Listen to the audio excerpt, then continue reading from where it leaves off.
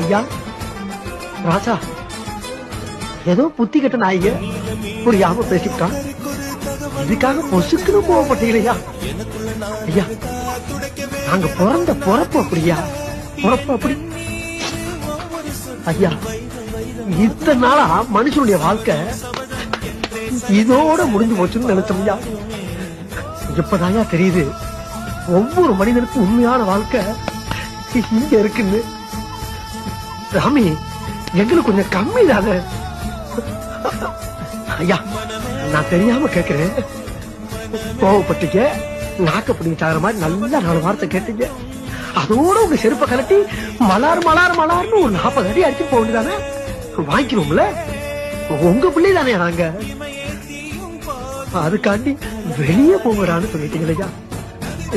ஏன் ஜாமி, ஆசானுக்கு ஆசா அப்ப